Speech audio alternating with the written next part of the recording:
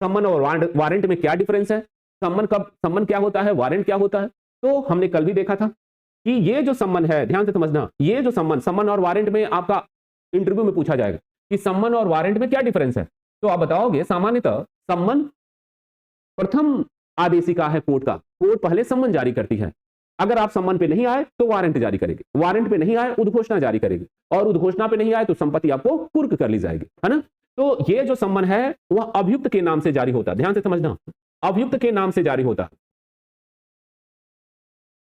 ये जो सम्मन है वह अभियुक्त के नाम से जारी होगा, लेकिन वारंट अभियुक्त के नाम से नहीं जारी होता, वारंट पुलिस के नाम से जारी होता है, पुलिस के नाम से। बात हमारी समझ में आ रही है।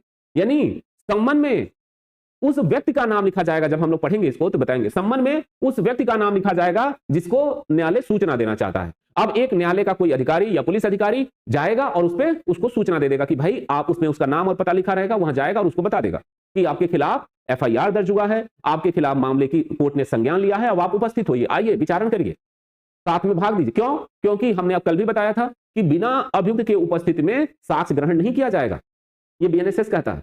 तो इसलिए उसको सूचना देना आवश्यक है, यूडी अल्टरम पार्टम, दूसरे पक्ष को सुनो।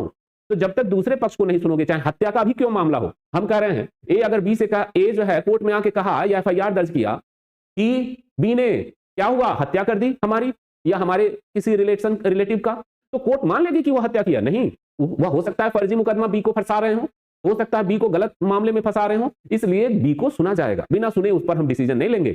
तो इस सुनने के लिए हमें क्या करना पड़ेगा, हमें सम्मन जारी करना पड़ेगा।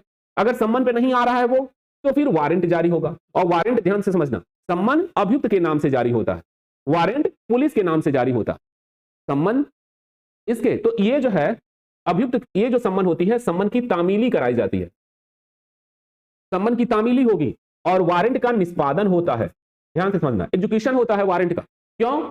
जब हम पढ़ेंगे अभी वारंट बताएंगे क्यों एजुकेशन होता है, क्योंकि उस पुलिस अधिकारी को कहा जाता है कि आप जाइए, इसका निष्पादन करिए, उस व्यक्ति को पकड़ के लाइए, या जैसा भी हो। तो ये बता रहा है, ये जो वारंट है वह क्या हो सकता है, जमानती भी वारंट हो सकता है। अब देखो यहां भी जमानती आया, जमानती वारंट और अजमानती वारंट या गैर जमानती वारंट।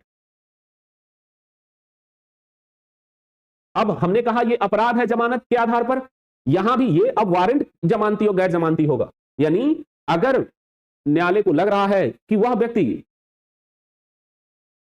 पकड़ा नहीं जाएगा या वह व्यक्ति कोर्ट में आएगा नहीं, कोर्ट की कार्रवाइयों में भाग नहीं लेगा, तो उसको पुलिस कहेगी कि आपको गैर जमानती वारंट जारी करेगा कोर्ट, कि यह गैर जमानती वारंट है, इसमें पुलिस को छोड़ने का पावर नहीं है,